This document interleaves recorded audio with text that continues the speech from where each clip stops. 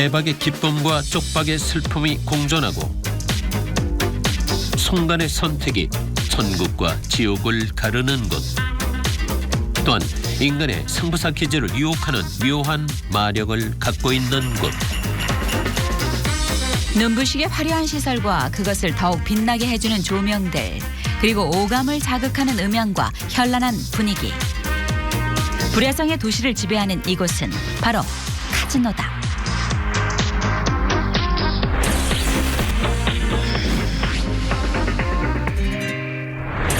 작은 집을 뜻하는 이탈리아어 카자에서 유래한 카지노.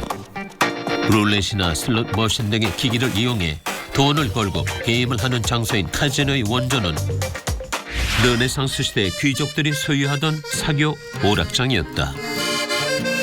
그곳에서 귀족들은 댄스나 당구, 도박 같은 실내 게임을 주로 즐기곤 했다. 초창기 카지노는 귀족들의 놀이터였지만 오늘날 카지노는 대박 한탕 1억 천금을 꿈꾸는 어른들의 놀이터다. 2003년 라스베이거스의 카지노에서 세계 최고 액수의 잭팟이 터졌다. 당첨 금액은 우리 돈 약 452억 원. 이런 초대형 잭팟이 나올 확률은 극히 낮다. 200만 또는 400만 분의 1 이하로 로또 복권의 1등 당첨 확률인 815만 분의 1보다는 조금 나은 편이다. 그러나 벼락 맞아 죽을 확률인 12,121분의 1보다 훨씬 어려운 것이 카지노 잭팟이다. 그럼에도 사람들은 대박이라는 환상을 쫓는다. 덕분에 카지노 산업은 날로 성장하고 있다. 2012년 기준 세계 카지노 순위를 나타낸 그래프에서 1, 2, 3위를 차지한 곳은 어디일까? 3위는 7조 원을 기록한 싱가포르, 2위는 10조 원을 기록한 라스베이거스, 1위는 50조 원을 기록한 중국의 특별 행정구 마카오다. 카지노 하면 역사와 전통을 자랑하는 라스베이거스가 먼저 떠오르지만 사실 세계 최대 카지노 도시는 마카오다. 여의도 면적 3.5배 크기에 40개 이상의 카지노가 성업 중인 곳. 오늘날 동양의 라스베이거스이자 아시아 최대 유흥도시로 통하는 마카오 경제의 99%를 차지하는 것이 바로 카지노다. 마카오 내 카지노 시장은 크게 6그룹이 지배하고 있는데 가장 많은 점유율을 보이고 있는 그룹이 S홀딩스다. 마카오 최초의 카지노 호텔인 리스보아를 소유한 S홀딩스. 이 그룹의 최대 주주는 누구일까? 마카오 카지노의 사한 역사이자 전설인 스탠리 호다.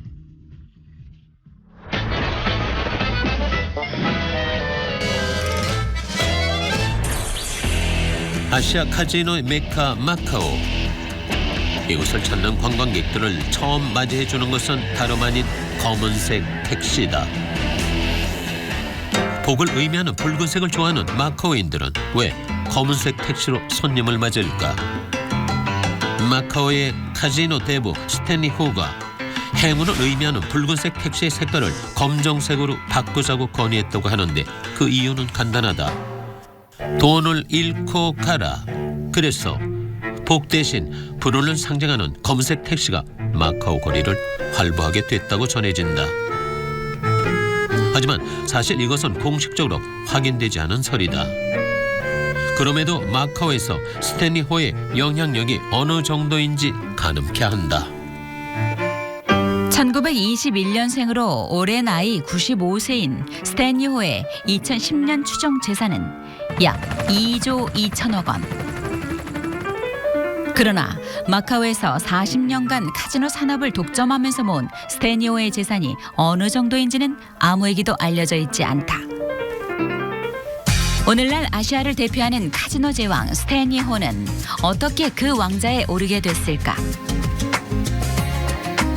중국 명문가 호통가의 자손으로 유복한 유년 시절을 보낸 스탠리 호. 하지만 13살 때 그의 아버지는 주식 폭락으로 파산한다. 그로 인해 아버지는 가족을 버렸고 2명의 형들은 자살했다. 이런 불운한 가정사 속에서도 스탠리 호는 자신의 힘으로 대학까지 진학한다.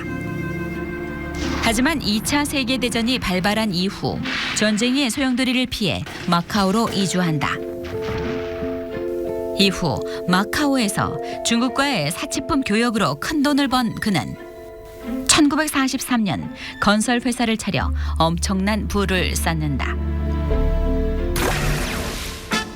그것을 바탕으로 1962년 마카오 카지노 독점 운영권을 따낸 스탠리 호는 기존 마카오 카지노 시장에 새로운 바람을 불어넣는다.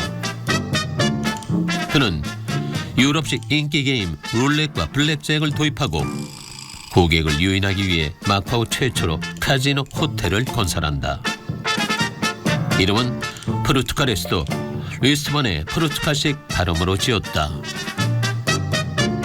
그의 투자는 옳았다. 엘호텔 카지노의 성공으로 큰 돈을 모은 그는 마카오 카지노 산업의 토대를 닦았고 마카오 정부 세수의 반 이상을 책임졌다. 한데 그의 사업이 얼마나 번창했던지 세수가 남아돌자 마카오 정부는 시민들에게 1인당 약 100만 원의 현금 보너스를 지급하기도 했다고 한다. 재물복이 많았던 스탠리 호. 그는 수려한 외모를 가져서인지 여복도 있었다.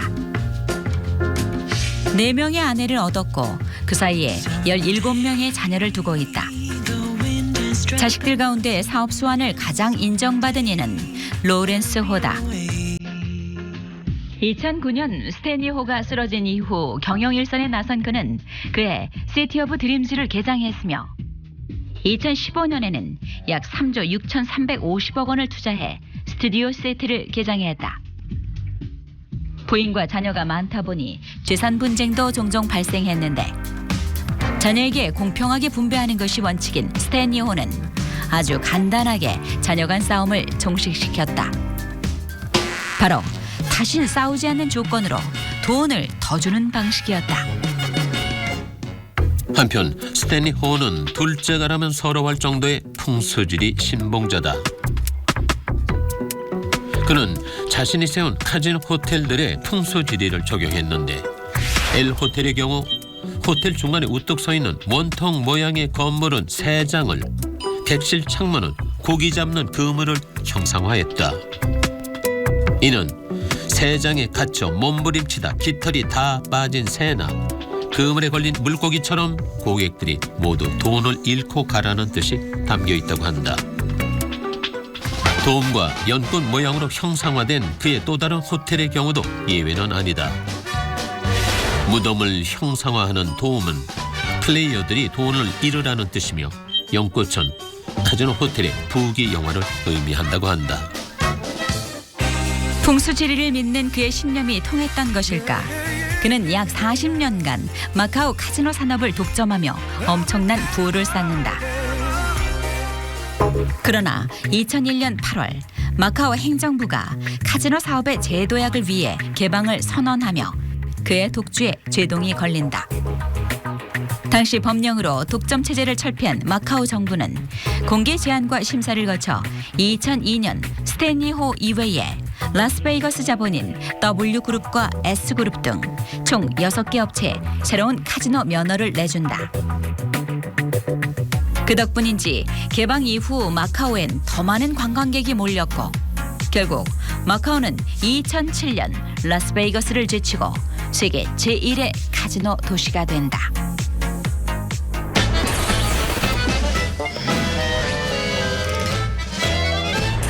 곤돌라를 타고 건물 사이 수로를 따라 관광을 즐기는 사람들.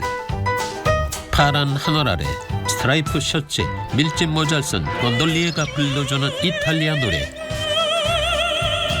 마치 베네치아에 온 것 같은 착각을 불러일으키는 이곳은 마카오의 한 카지노 호텔의 실내다. 에펠탑이 도심의 밤을 밝히는 이곳.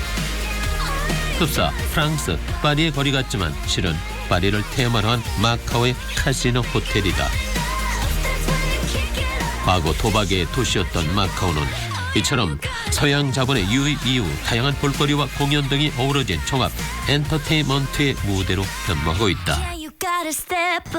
전 세계 관광객을 끌어들이기 위한 카지노의 변신. 일찍이 그런 시도로 큰 성공을 거둔 도시가 바로 라스베이거스다. 온갖 네온 사인이 동이 틀 때까지 밤거리를 밝히는 도박과 유흥의 도시 라스베이거스.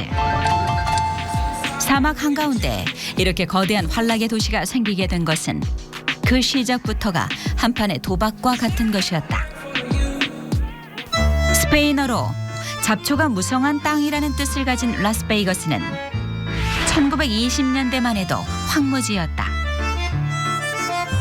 그러나 1930년대 미국 건설 역사상 최대 기술적 업적 중 하나로 꼽히는 후버댐 건설을 위해 수많은 노동자들이 모여들면서 도시의 기틀을 마련한다.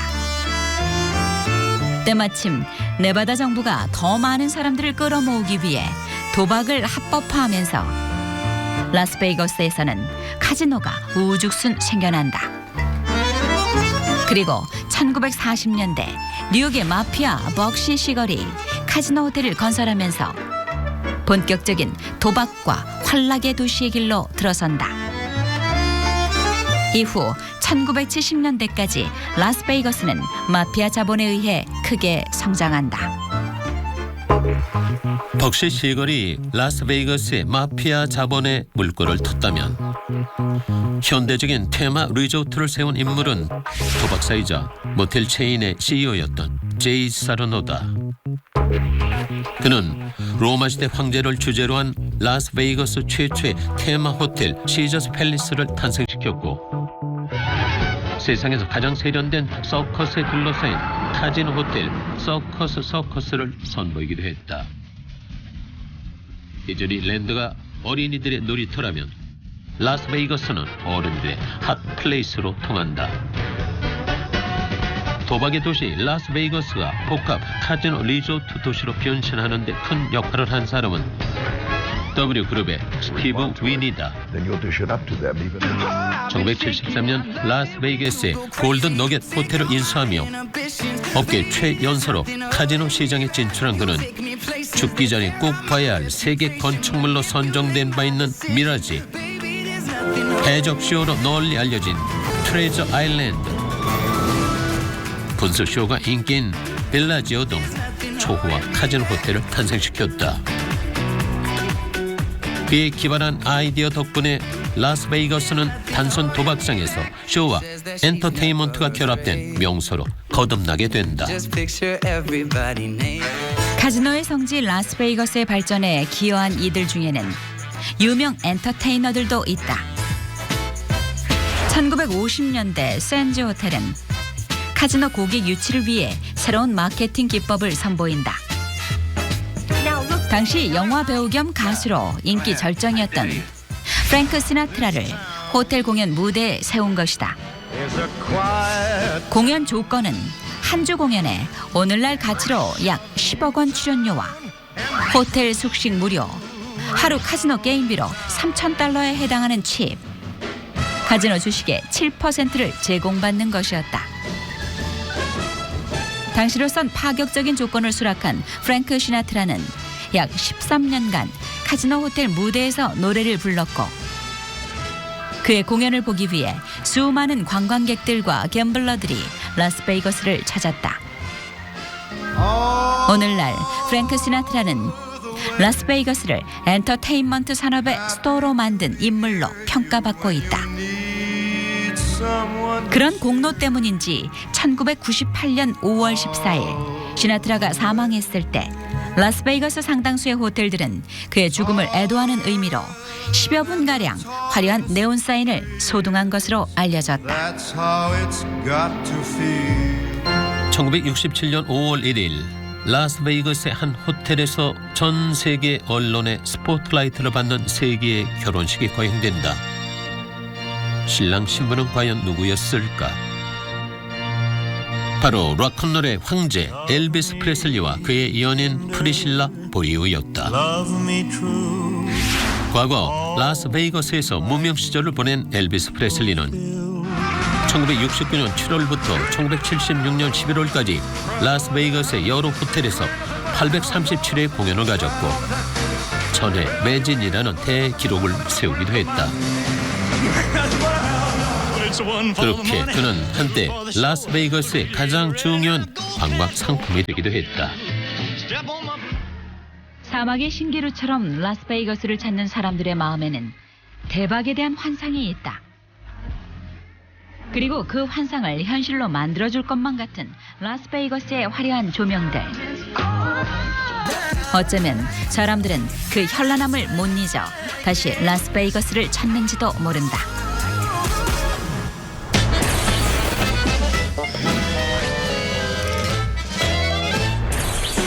꿈과 희망, 환상이 가득 차 있는 어른들만의 놀이터 카지노.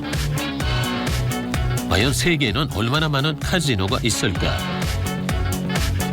전 세계 130여 개 나라의 약 3,600여 카지노 업체가 운영 중인 것으로 전해지는데 그 가운데는 세상에서 가장 핫하면서 비밀스럽고 고급스러운 카지노들도 있다. 라스베이거스 카지노의 대명사 중 하나로 불리우는 코스모폴리탄. 2010년에 개장한 이 카지노는 자체 신분증을 발급하는데 그 이유는 좀 더 나은 서비스를 제공하고 블랙리스트 고객을 관리하기 위해서라고 한다. 현대적인 분위기보다는 고풍스러운 느낌이 나는 카지노. 이곳은 독일 바덴바덴에 위치한 바덴 카지노다. 1800년 초반에 영업을 시작한 매우 유서 깊은 카지노로 오늘날 전 세계에서 가장 오래된 카지노로 알려져 있다. 이외에도 1960년 첫 영업을 시작한 영국 런던의 클레르몽, 영화 카지노 로얄의 배경으로 유명한 모나코의 카지노 몬테카를로 등 다양한 특징의 카지노들이 전 세계 갬블러들과 관광객들을 유혹하고 있다. 그렇다면 세계 각국에 흩어져 있는 카지노들이 벌어들이는 총 수입은 얼마나 될까? 2015년 기준 전 세계 카지노 산업 규모는 약 203조 1,300억 원이었는데 이 거대한 시장을 이끄는 이들 중에 카지노의 꽃이라고 불리는 사람들이 있다. 바로 딜러들이다. 카지노 영업 최일선에서 고객들이 게임을 즐길 수 있도록 게임을 진행하는 카지노 딜러. 이들은 원활한 게임 진행을 위해 정확한 룰을 숙지하고 하우스 규정을 철저히 따라야 한다. 카지노 딜러가 되기 위해서는 신체적인 자격 요건도 필요하다. 신장은 여자 160cm, 남자 170cm 이상이어야 하며 생명 다한증이 있으면 지원할 수 없고 시력은 교정 시력 기준 1.0 이상이어야 한다. 또 굳이 따지자면 오른손잡이가 유리하다. 게임을 진행하는 테이블의 도구들이 국내외를 막론하고 모두 오른손잡이용이기 때문이다. 왼손잡이일 경우엔 오른손을 능숙하게 쓸 수 있도록 훈련이 필요하다. 카지노 딜러의 수입은 라스베이거스의 경우 호텔에서 지급하는 시급과 손님들이 주는 팁이다. 딜러가 되기 위해선 미국의 경우 기본적으로 시민권이나 영주권 소유자여야 하며 초보자는 딜러 스쿨에 들어가 약 3개월 정도의 교육을 받아야 한다. 한편 카지노에는 여성 딜러들이 많은 편인데 여성 딜러의 원조로 꼽히는 사람은 19세기 미국 캘리포니아에서 딜러 일을 시작한 엘레나 듀몽이다. 그녀는 특이하게도 고객들의 길을 꺾기 위해 코수염을 붙였다. 그런 그녀의 독특한 모습을 보기 위해 당시 미국 각지에서 많은 고객들이 카지노를 방문했다고 한다. 그녀가 인기를 얻자 미국 내 여러 카지노에도 여성 딜러가 등장하기 시작했다. 당시 고객들은 여성 딜러에게 돈을 잃는 것에 기분 나빠하지 않고 오히려 호탕한 웃음을 지으며 더 많은 베팅을 했다고 한다. 때문에 여성 딜러가 게임을 진행하는 테이블에 매출이 더 높게 나오기도 했다고 전해진다. 오늘날 미국 라스베이거스의 일부 카지노에서는 플레저 핏이라는 것을 운영하는데 이곳의 딜러들은 비키니 복장으로 딜링을 한다. 플레저 핏은 일반 테이블보다 테이블 리미트가 높지만 남성 고객들의 선호도가 높고 매출도 높다고 한다. 한편 카지노 업계에선 매년 딜링 경진 대회가 열리는데 대표적인 것이 유럽 카지노 협회가 주최하는 유러피언 딜러 챔피언십이다. 2007년 3월 스페인에서 처음 개최된 이 대회는 현재 유럽 회원국 모두가 참여하는 공신력 있고 중요한 이벤트로 자리 잡고 있다. 대회 참가한 딜러들은 서비스 정신, 의사소통 능력, 지식, 빠른 판단력과 게임 컨트롤 능력 등을 포함해 미국식 룰렛과 블랙잭 게임의 딜링 스킬을 심사받는다. 사행성 조장이라는 비판 속에서도 점점 더 많은 국가에서 고부가가치 관광산업으로 인정받고 있는 카지노. 그래서인지 로봇 딜러가 등장하는 오늘날에도 카지노 딜러는 여전히 미래 유망 직종으로 손꼽히고 있다. 벽시계, 창문, 거울 이 세 가지가 없는 곳이 있다. 바로 카지노다. 손님이 오랜 시간 머무르며 돈을 잃어줘야 수지가 맞는 장사 카지노.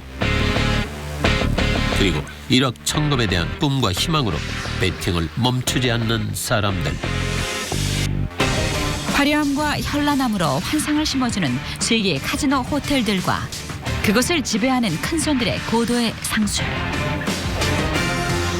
불야성과 유흥, 환락의 대명사 카지노의 불빛은 오늘 밤에도 꺼지지 않을 것이다.